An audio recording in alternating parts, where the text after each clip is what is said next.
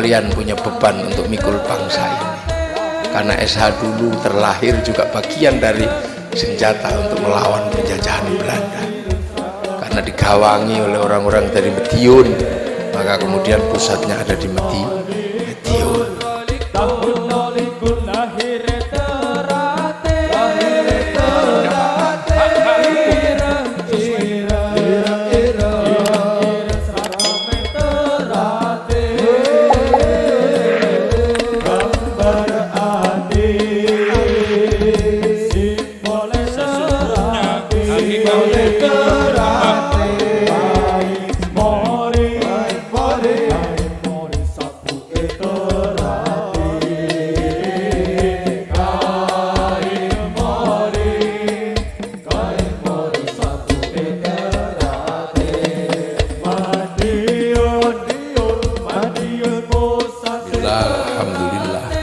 Wassalamu ala rasulillah sayyidina Muhammad ibn Abdillah wa ala alihi wa ashabihi wa azwajihi wa dhurriyyatihi wa ahli baitihi wa man tabi'ahum bi ihsan ila yaumil qiyamah. Para alim, para ulama, para kiai, para habaib sedaya kemawon kang rawuh PSHT hampir 100 tahun, Nahdlatul Ulama hampir 100 tahun, Muhammadiyah sudah lebih sekitar 10 tahun yang lalu. Terus Sumpah Pemuda juga mendekati 100 tahun. Jadi ini adalah era yang luar biasa, di mana kita pernah bersepakat apa? Puluhan bangsa, puluhan suku, puluhan agama bersepakat untuk dipikul bersama dalam satu negara kesatuan Republik Indonesia. Ini adalah kesepakatan yang luar biasa, di mana bangsa-bangsa yang lain mengalami perbedaan cara pandang. Arab satu bangsa menyatakan diri berpisah dalam puluhan negara. Eropa satu bangsa bersepakat untuk berpisah dalam puluhan negara. Tapi 100 tahun yang lalu kita ini puluhan bangsa, puluhan suku bersepakat dalam satu negara kesatuan Republik Indonesia. Ini bukan sesuatu yang mudah, bukan sesuatu yang gampang, dan akhirnya kita bisa menikmatinya, menjadi bangsa yang damai, menjadi bangsa yang saling menghargai, menjadi bangsa yang saling menjaga dan menjunjung tinggi kebersamaan. Ini adalah sesuatu yang perlu kita syukuri, dan perlu kita ingat bahwa itu semua bukan terjadi dengan tiba-tiba, tapi itu semua adalah terjadi karena kesadaran atas kesepahaman dan atas kesepakatan keinginan untuk hidup bersama, saling menjaga sesama anak manusia dalam satu ikatan bangsa dan negara. Ini bukan hadir dengan tiba-tiba. Biasanya anak milenial itu tidak memahami. Makanya anak-anak milenial ini terkadang mengandaikan bukan menjadi bangsa Indonesia. Seiring dengan perkembangan informasi dan era transnasional digital, kadang anak-anak muda sekarang sudah tidak mulai memahami bahwa menjadi satu bangsa, menjadi satu negara adalah sebuah perjuangan dan sebuah cita-cita anak bangsa. Anak milenial kadang lupa. Ada yang mulai kemana-mana melupakan merah putih, lebih membanggakan bendera Filistin. Ada yang mulai melupakan dengan merah putih, lebih membanggakan bendera tauhid. Bahkan terkadang ada yang mulai marah dengan ciptaan Tuhan ketika bangsa Indonesia ditakdirkan dengan rambut hitam. mulai tidak suka dengan rambut hitam, meniru rambut Eropa dengan dicat warna merah. Akhirnya menjadi LKMD. Londo kok mengdasi. Ada mulai lupa, mulai mengidolakan bahwa kita adalah bangsa yang tidak layak untuk dibanggakan. Mulai anak-anak muda kita lebih bangga menggunakan rambut mohawk, sebuah suku di pedalaman Indian. Ketika punya rambut untuk menghadapi keganasan alam, dia menggunakan rambut berdiri agar ketika menghadapi keganasan binatang dia bisa mengaum seperti binatang. Tiba-tiba dipakai di sini dengan rambut naik yang sangat tidak cocok ketika musim hujan, pasti akan tumbang. Ini adalah kebiasaan-kebiasaan yang sekarang mulai tumbuh, mulai mengidolakan. Kita lupa bahwa kita ini adalah bangsa yang berkepribadian, bangsa yang berpendirian, dan bangsa yang punya akar yang sangat kuat. Makanya kita bisa melihat apa yang dimiliki oleh bangsa yang lain, kita juga memilikinya. Orang Eropa punya kisah cinta namanya Romeo Juliet. Orang Arab punya kisah cinta Kais dan Laila.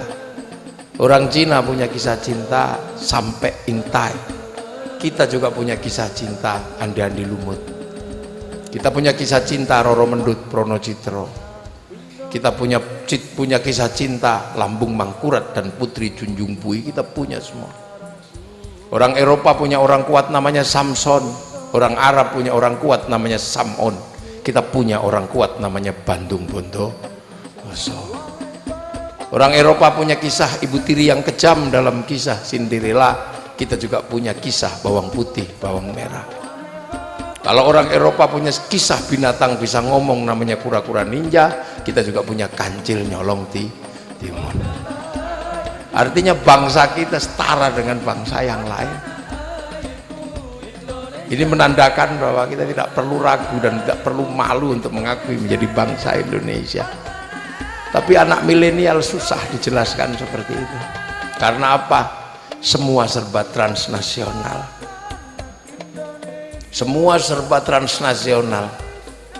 Bahkan dengan teknologi kekinian yang namanya smartphone, apapun yang diinginkan bisa terpenuhi dengan sangat cepat, sehingga melupakan bahwa landasan berbangsa dan bernegara itu tidak terjadi dengan tiba-tiba. Dari sisi kebahagiaan mendengarkan alat musik, kita bisa melihat bangsa Arab punya alat musik namanya terbang, terbuat dari kayu dan kulit. Kayu tinggal nebang, kulit tinggal potong kambing, dikeringkan. Eropa punya alat musik namanya gitar, terbuat dari kayu dan tali. Kayu tinggal motong, tali tinggal milin. Tapi bangsa Nusantara punya alat musik namanya gamelan, terbuat dari logam.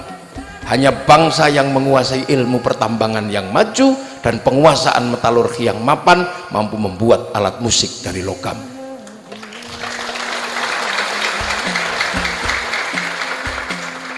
Kita pernah memiliki, kita mengenal legenda bangsa besar. Legiun-legiun Eropa menaklukkan daerah-daerah jajahan ditaklukkan. Legiun-legiun Cina menaklukkan tanah-tanah jajahan. Tapi seluruh dunia pernah ditaklukkan oleh satu bangsa namanya bangsa Mongolia. Arab ditaklukkan, Eropa ditaklukkan, Cina ditaklukkan. Tapi bangsa Mongolia takluk dengan bangsa Indonesia di bawah kepemimpinan Kertanegara. Artinya kita punya bangsa dengan kekuatan yang luar biasa. Hari ini bangsa Jerman mampu meluluhkan logam dengan panas 7000 derajat. Akan tetapi bangsa Jerman masih terpukau dengan teknologi logam kita, di mana keris mampu melelehkan suhu di atas 15.000 derajat karena keris melelehkan logam bintang. Bahkan teknologi nuklir dunia hari ini terpukau dengan salah satu teknologi nuklir dari Indonesia. Teknologi nuklir dunia sangat rentan dan berisiko reaktornya karena groundnya ke bumi. Tapi orang Nusantara punya nuklir yang aktif, groundnya tidak ke bumi, jadi aman tanpa reaktor karena groundnya naik ke langit, namanya tumbak baru gelinding.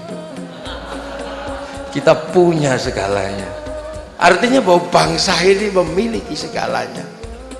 Makanya jangan heran anak-anak milenial harus selalu diingatkan bahwa bangsamu bukan bangsa yang sembarangan. Bangsa kita bukan bangsa yang bisa dihinakan hari ini. Karena hari ini hampir semua anak-anak ini, semua seolah-olah tidak ada yang baik dari bangsa ini.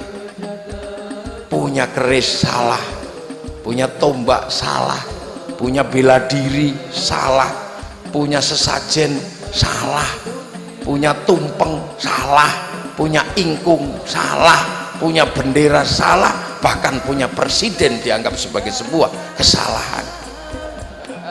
Hari ini bangsa ini pandai mencela, bangsa ini pandai mengolok-olok bangsanya sendiri.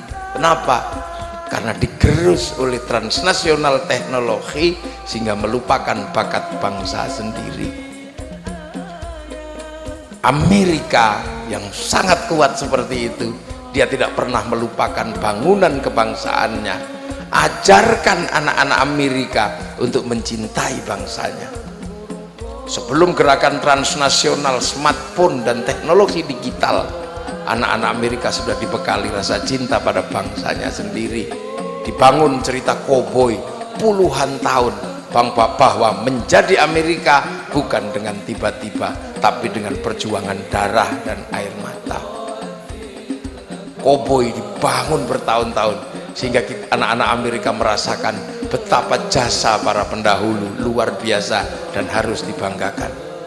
Akan tetapi begitu Amerika ditekan sama Cina, Amerika tidak mau kalah. Walaupun tidak ada kungfu di Amerika, Amerika berani bikin American Shaolin, bahkan American kungfu. Padahal semua tahu tidak ada kungfu di Amerika. Anak-anak Amerika membanggakan bahwa kungfu adalah milik Amerika. Ketika bangsa Amerika secara spiritual ditekan oleh Jepang, karena bangsa urban di Amerika tidak punya spiritual, karena spiritual Amerika adalah spiritual tempelan. Ketika ditekan sama Jepang, dia nggak malu, nggak boleh anak Amerika malu karena kalah secara spiritual dengan Jepang. Dia ceritakan bahwa di Jepang juga ada kungfu, di Jepang ada samurai, bahkan di Jepang ada ninja. Sebuah film yang dibikin oleh mereka, American Ninja, American Samurai. Bahkan dia katakan samurai terakhir dari Amerika namanya Tom Cruise dalam sebuah film The Last Samurai. Ini cara mereka. Ketika mereka kalah di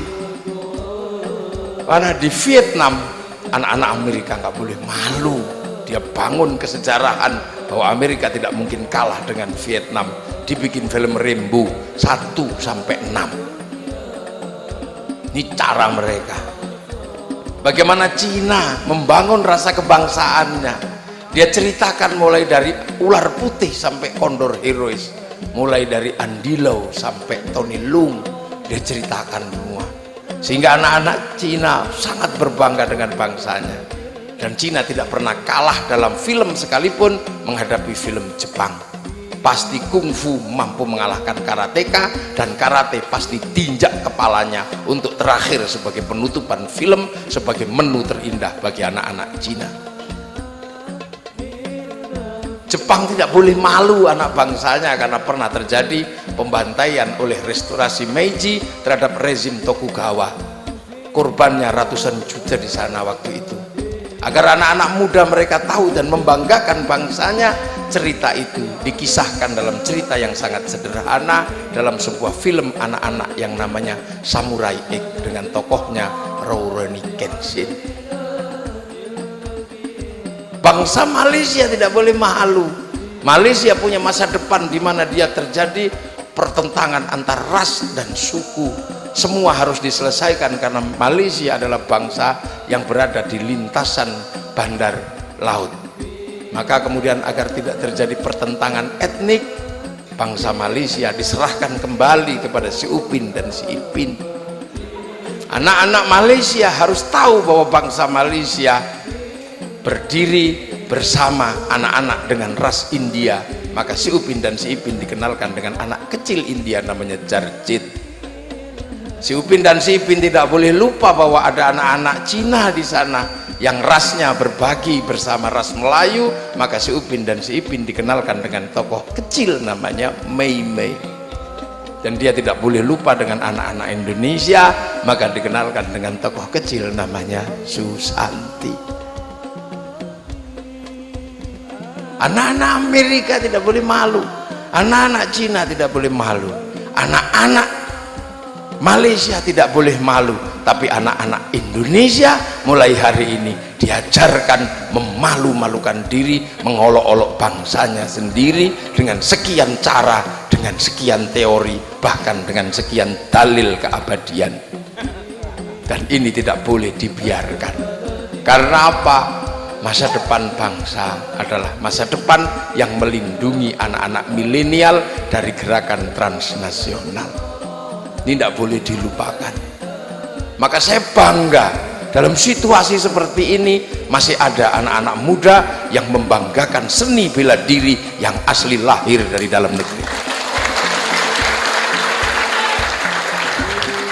Saya malam hari ini mestinya ada acara di Sragen bersama Az-Zahir, tapi saya lebih mendatangi acara di Kebumen karena saya membanggakan ada anak-anak yang masih membanggakan seni bela diri yang lahir dari dalam negeri sendiri, dari sini untuk kita dan demi masa depan kita.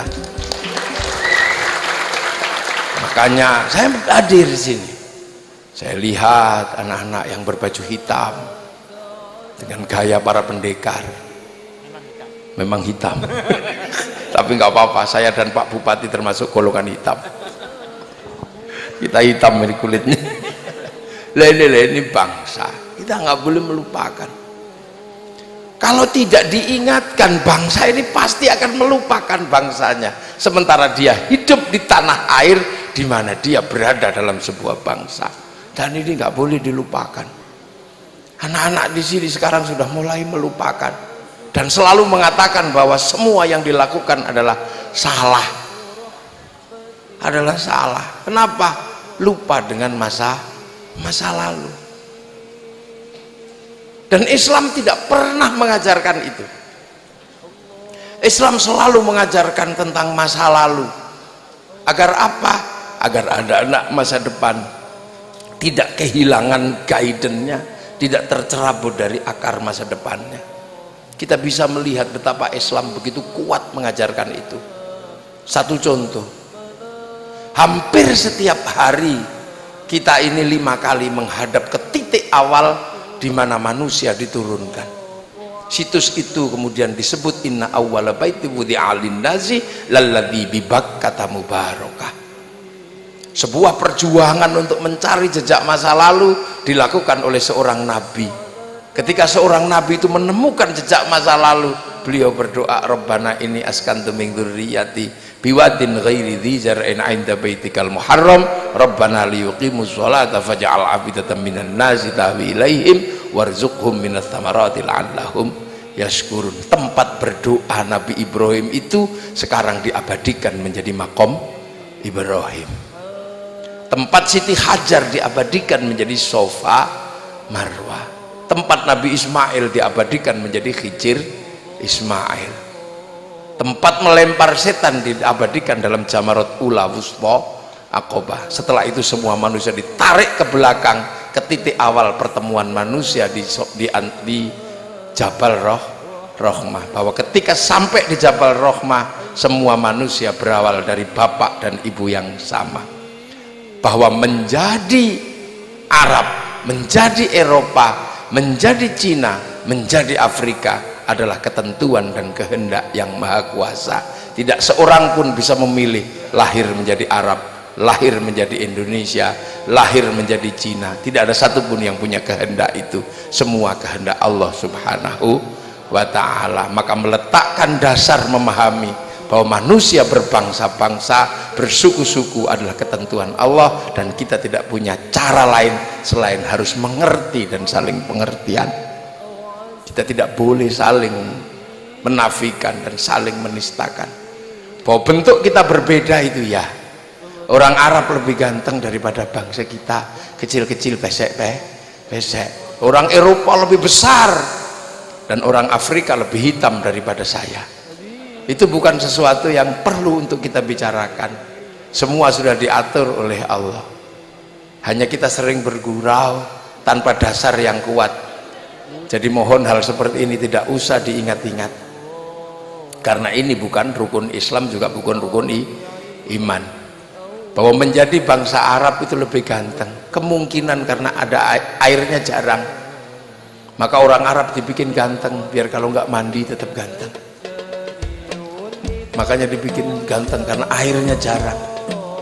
Orang Eropa kenapa lebih besar? Karena di sana ada musim dingin.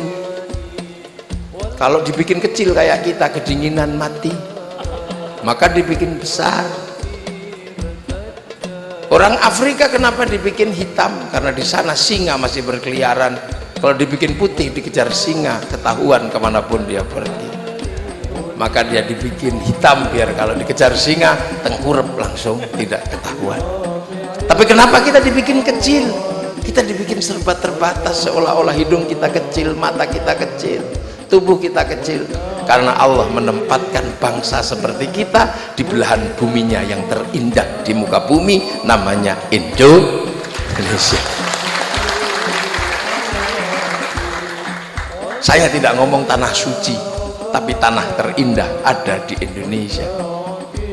Orang Eropa merindukan matahari karena kehilangan matahari selama 4 bulan setiap musim dingin. Maka begitu mereka menemukan matahari, mereka berlari mengejar dan menyongsong untuk melihat matahari terbit. Itu karena mereka kehilangan matahari selama 4 bulan. Maka bukan selayaknya bangsa kita menunggu matahari, menonton matahari terbit atau terbenam, karena bangsa kita setiap hari ketemu matahari. Kalaupun ada anak-anak muda yang mengatakan mau melihat matahari terbit, itu sesungguhnya alasan untuk pergi pacaran, meninggalkan apa yang harus dikerjakan. Orang Eropa ketika kena musim dingin, mereka tidak punya daun. Seluruh daun rontok di musim gugur. Maka mereka tidak punya sayur, sehingga orang Korea mengawetkan sayurnya berpuluh-puluh tahun, namanya kimchi. Kita setiap hari makan sayur, kita ada. Makanya kalau orang Eropa setiap tahun mereka kehilangan daun gugur, yang tidak rontok hanya pohon cemara. Makanya bulan Desember kalau hari raya Natal menggunakan pohon cemara, karena hanya pohon itu yang tidak rontok di musim gugur. Maka tidak usah marah. Jangan kau tanam cemara di depan masjid kami, itu pohon Kristen. Semenjak kapan pohon punya agama? Ini harus dipahami oleh anak-anak milenial ini, para pesilat-pesilat yang nyalinya tidak pernah habis ini, yang hampir setiap minggu suka tawuran. Ini anak-anak pemberani harus diajarkan biar nggak keliru memahami bangsanya. Orang Eropa untuk mendapatkan ikan, dia sangat berhati-hati karena hanya di musim panas mereka mendapatkan ikan. Begitu musim dingin seluruh sungai membeku, mereka tidak punya ikan. Maka ikan diawetkan di musim panas, namanya sarden. Dia makan di musim dingin. Maka jangan kemudian terlalu menggantungkan diri kita dengan sarden, karena setiap hari kita mendapatkan ikan segar. Kalau tidak ada ikan segar, ya kodok-kodok juga ada. Ini luar biasa bangsa ini. Orang Arab untuk menemukan makanannya harus berburu, harus berdagang dengan jauh. Kita di depan mata menemukan makanan. Afrika sangat sulit untuk mendapatkan makanan. Karena apa? Menanam padi habis dimakan burung pipit. Burung pipit Afrika jumlahnya masih ratusan juta, sehingga ketika burung pipit turun ke sawah mereka habis padinya. Dan burung pipit Afrika kadang dijual di Indonesia dengan seekornya 30 juta, namanya blackstrut. Itu adalah emprit Afrika. Orang Afrika mau makan menanam pisang susah untuk dibiarkan, habis dimakan oleh munyuk, oleh monyet. Monyet Afrika gedenya seperti sapi, satu tandan habis sekali makan, namanya gorila. Orang Afrika menanam jagung habis dimakan burung bedet. Kenapa? Karena bedetnya segede mentok, namanya makhau. Orang Afrika nanam ketela, habis dimakan celeng karena jumlah celeng lebih banyak daripada jumlah semut. Di Afrika masih susah hidupnya. Nah, bangsa ini kenapa jadi seperti ini? Karena bangsa ini dikerjakan dengan baik oleh para pendiri bangsa. Nenek moyang kita membangun agama, membangun negara, membangun kehidupan di sebuah tanah yang indah. Makanya tidak usah heran, di sana ada Montesquieu, di sana ada Plato, di sana ada Socrates, di sini juga ada pemikir-pemikir besar, ada Jayabaya, ada Empu Prapanca, ada Empu Tantular, semua ada. Sehingga bangsa ini menemukan sebuah titik yang luar biasa. Jadi jangan sekali-sekali Anda melupakan. Kamu pikir bangsa ini bangsa jahiliyah? Banyak sekali yang mengatakan bangsa ini adalah bangsa jahiliyah, bangsa barbar. Tidak bisa. Eropa bisa membangun apa? Tahun 800. Mesir bisa membangun piramida, kita bisa membangun Borobudur. Semua bisa kita bangun. Bangunan-bangunan besar sampai hari ini tidak pernah ketahuan teknik pembangunan Borobudur dan Prambanan. Karena saking sulitnya memahami teknik pembangunannya, maka akhirnya kemudian disimpulkan ini dibangun oleh hantu dalam waktu 1 malam. 1000 candi dibangun untuk persembahan kepada Roro Jonggrang, tapi 1000 candi pun tidak mampu meluluhkan hati Roro Jonggrang. Maka jangan sombong kalau kita bisa memberikan 1000 hari untuk kekasih kita, belum tentu juga diterima, karena Roro Jonggrang pernah menolak 1000 candi. Nah, ini kehidupan, ini mesti diingetin anak-anak kita ini, jadi biar gak lupa.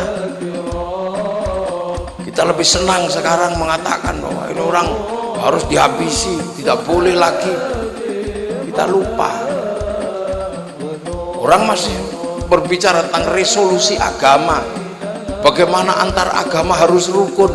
Di sini sudah selesai hal seperti itu. Konflik agama pertama itu di sini, yang paling besar antara Hindu sama Buddha, itu adanya di tanah Jawa. Itu konflik terbesar agama Hindu dan Buddha. Ketika Wangsa Sanjaya yang beragama Hindu punya keturunan namanya Garung, yang kemudian nama Garung menjadi nama kecamatan di Wonosobo, itu adalah Rakai Garung. Dia pindah ke agama Buddha. Di dalam agama Buddha dia kemudian menjadi anti Hindu.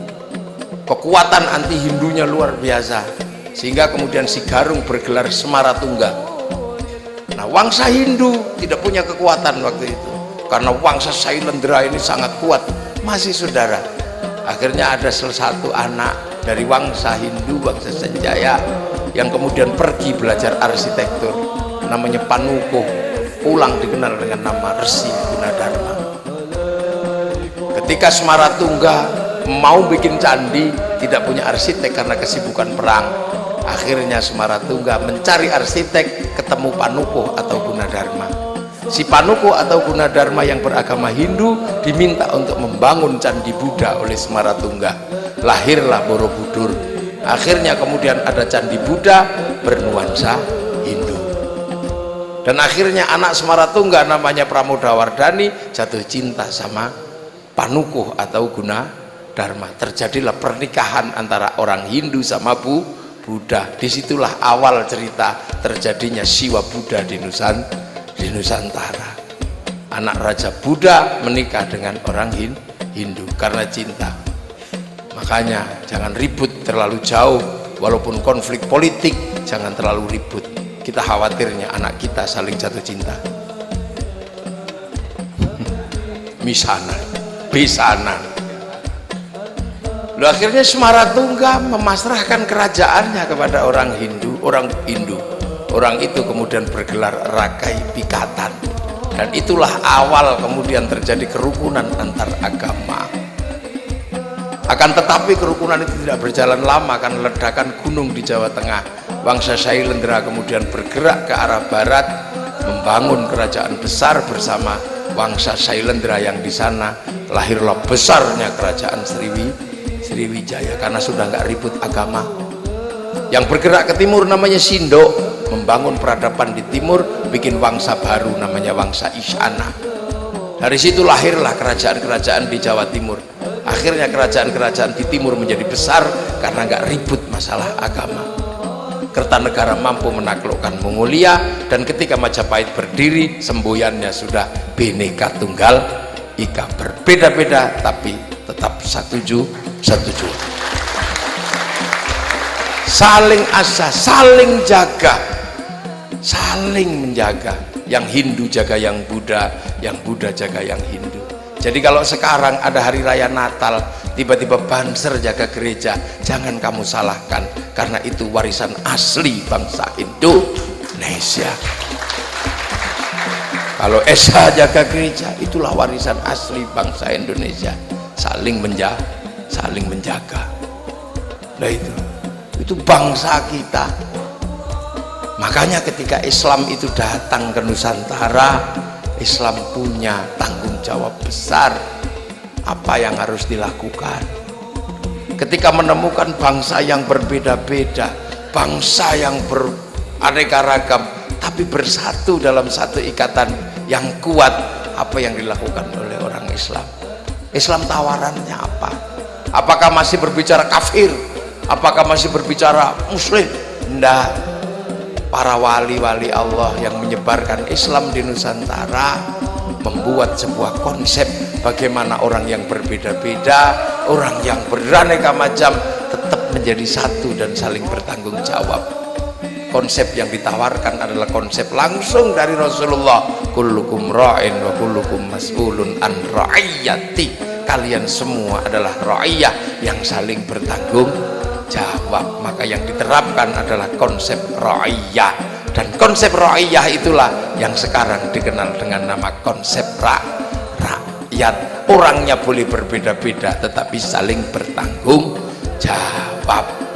Ra'iyah atau rakyat adalah konsepnya Rasulullah, di mana semua orang boleh berbeda tapi harus saling bertanggung jawab. Dan satu-satunya bangsa muslim dunia yang sanggup menerapkan konsep ra'iyah terhadap warga bangsanya hanya muslim Indonesia.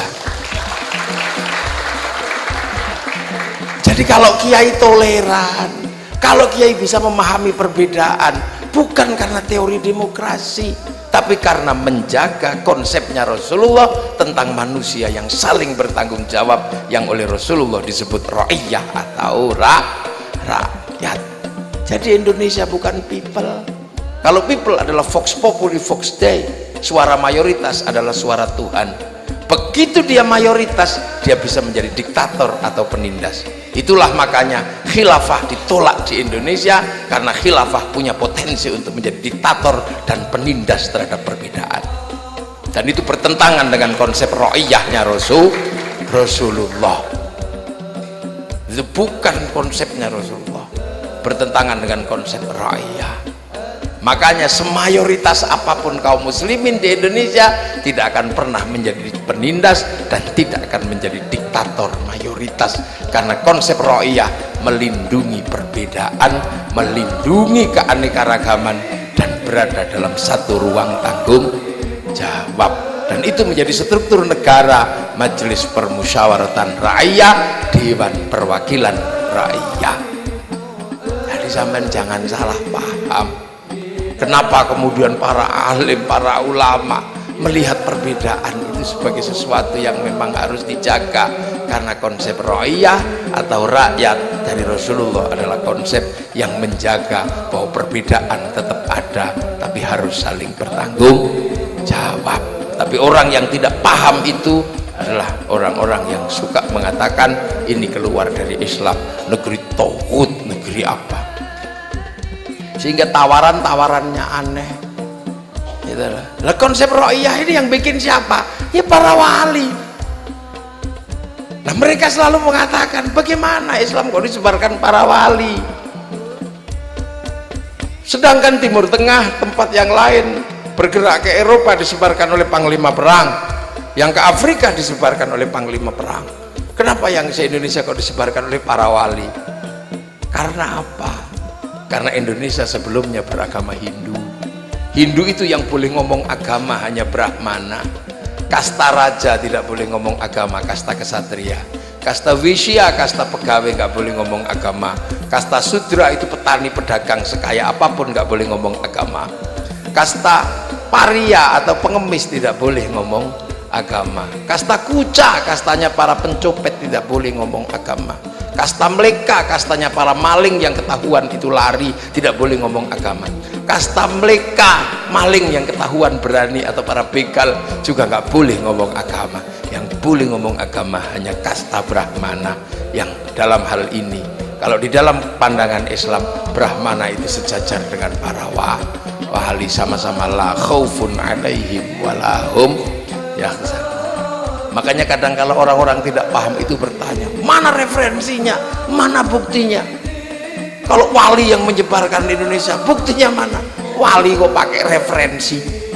Dari dulu wali itu kalau melakukan sesuatu nggak pakai membaca dan nggak pakai referensi, karena wali itu kalau butuh sesuatu langsung download dari cloudnya Allah, dari harddisknya Allah, namanya Lauhil Mahfud, langsung download dari sana.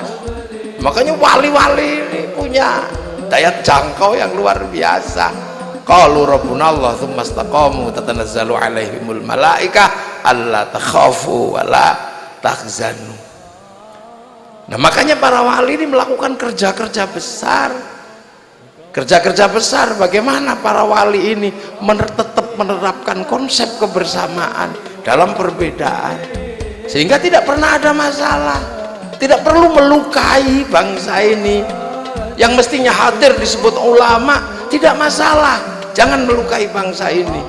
Bungkusnya bisa berbeda, isinya berbeda, bungkusnya sama. Saya ini mestinya kalau dalam bahasa asli disebut syaikhun, disebut ustadzun. Begitu masuk ke Nusantara oleh para wali disatukan dengan bahasa kiai. Padahal kiai itu nggak cuma manusia, ada kebu Kiai Slamet, ada tombak Kiai Pleret, ada keris Kiai Sengkelat, ada. Tapi 500 tahun berikutnya yang menang adalah Kiai ulama.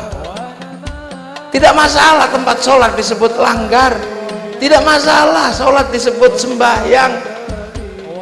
Bungkusnya bisa sama, isinya berbeda, namanya bisa jadi sama, dan itu berjalan sampai hari ini. Ketika orang Kebumen ditanya, Hondamu apa? Jawabnya bisa RE King, bisa Honda Mio. Sejak kapan Yamaha menjadi Honda? Orang sini tidak pernah mempersoalkan ketika beli Aqua keluarnya Ades atau Le Mineral. Orang Indonesia nggak pernah mempersoalkan ketika beli Indomie atau Sarimi keluarnya mie sedap, nggak masalah. Seluruh mesin air disebut Sanyo, nggak ada masalah. Bahkan kalau bulan puasa di musim lebaran bungkusnya bisa kongwan tapi isinya rengginang, nggak ada masalah. Tapi di bangsa ini itu siapa yang kerja? Para wali. Makanya teritori ro'iyah disebut wilayah, karena al-wali punya wilayah. Yang wilayah itulah yang kemudian disebut Negara Kesatuan Republik Indonesia. Maka seluruh yang mengatakan bahwa kami adalah penerus para wali, NKRI harga mati. Itu makanya jangan heran. Makanya untuk menjaga konsep ro'iyah ini, wali selalu menjaga kebersamaan. Wa'tasimu bihablillahi jami'an wa la tafarraqu. Bagaimana agama ini menjadi tulang punggung kebersamaan. Agama mengajarkan makan, agama mengajarkan minum. Bagaimana makan dan minum ini menjadi landasan kebersamaan. Maka makan ayam juga satu, namanya ingkung. Makan nasi menjadi satu, namanya tumpeng. Untuk apa? Menjaga kebersamaan. Itu caranya santri. Sholawat itu perintah, ini urusan agama. Tapi di tangan para ulama penerus para wali, sholawat menjadi kebersamaan yang mestinya ya ayyuhalladzina amanu shollu alaihi wasallimu taslima berubah menjadi Kebumen bersolawat, PSHT bersolawat. Akhirnya begitu semua bersolawat seperti ini, kebersamaan ada. Bupati bisa hadir menjadi bagian dari sholawat, sound system bisa hadir menjadi bagian dari sholawat. Yang terserap cukup banyak, mulai dari nasi kotak, bakul sayur, bakul apa ini, besek, bakul buah, terserap semua. Apalagi tadi itu bakul slayer juga laku di depan situ, bakul sepanduk laku, serapannya luar biasa, bahkan gagang pancing juga laku. Nah itu santri berdoa yang tadinya sendiri-sendiri menjadi kebersamaan, istighosah di lapangan-lapangan, otong-otong laku, bakul laru manis laku, bakul tahu laku. Nah itu sampean ini. Nah ya kan, itulah santri. Yang lain doa sendiri-sendiri, yang tadinya jari 10 tinggal 1 begini tak, atau diem gini ketop-ketop itu tak. Tidak pernah menghasilkan sebuah kebersamaan untuk menjaga konsep raya. Orang mati menjadi konsep kebersamaan dari 3 hari sampai 40 hari. Bahkan makam pun menjadi landasan kebersamaan. Kalau sudah seperti itu, orang jual nasi di makam para wali juga laku, orang jual tasbih di makam para wali juga laku, bis pariwisata laku, bahkan copet bisa hidup di makam para wali. Itu serapan yang luar biasa. Teman lihat, dan begitu orang sudah mulai di makam para wali, kebersamaan terjaga. Kita bisa melihat betapa rukunnya orang kalau di makam para wali. Rombongan pertama sallallahu alaihi Muhammad, ini belum selesai. Rombongan satu datang ila hadratin Nabi Mustafa Muhammadin. Rombongan satunya ngawiti ingsun. Tidak ada yang ribut, gentenan, tidak ada. Bahkan ada yang rombongan itu nggak ngaji, nggak apa, datang bawa speaker kecil.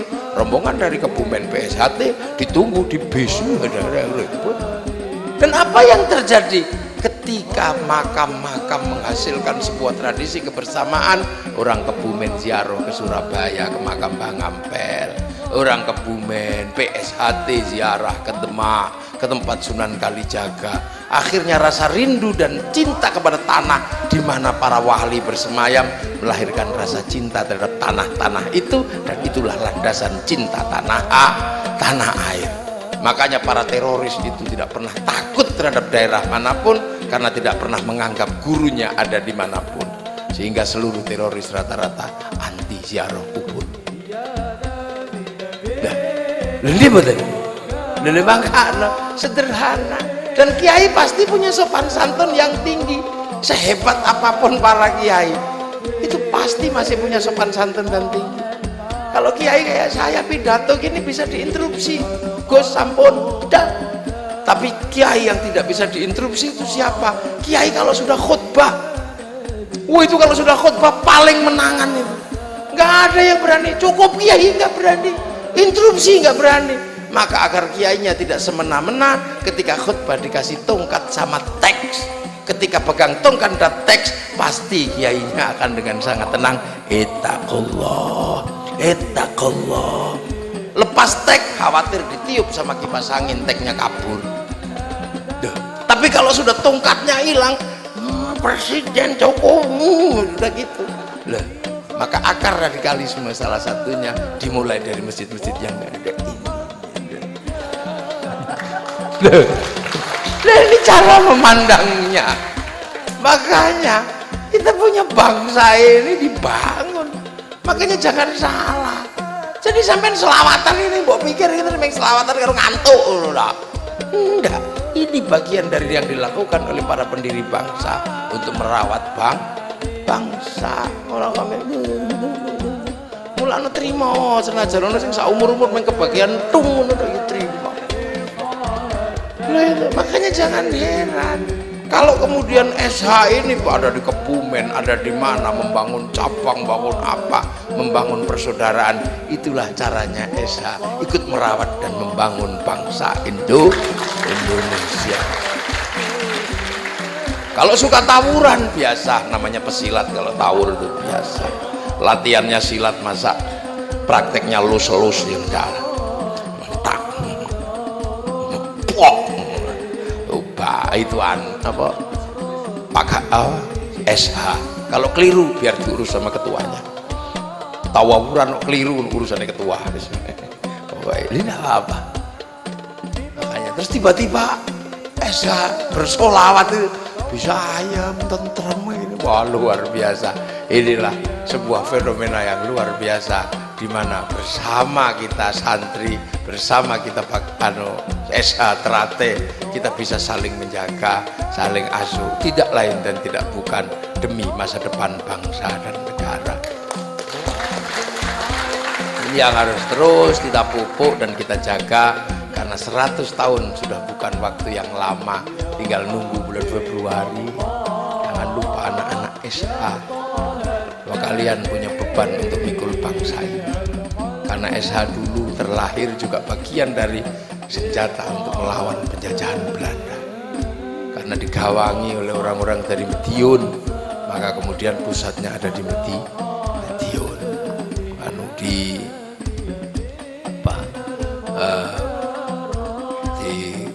stasiun-stasiun kereta api, di pabrik-pabrik kereta api, sebuah perlawanan yang luar biasa.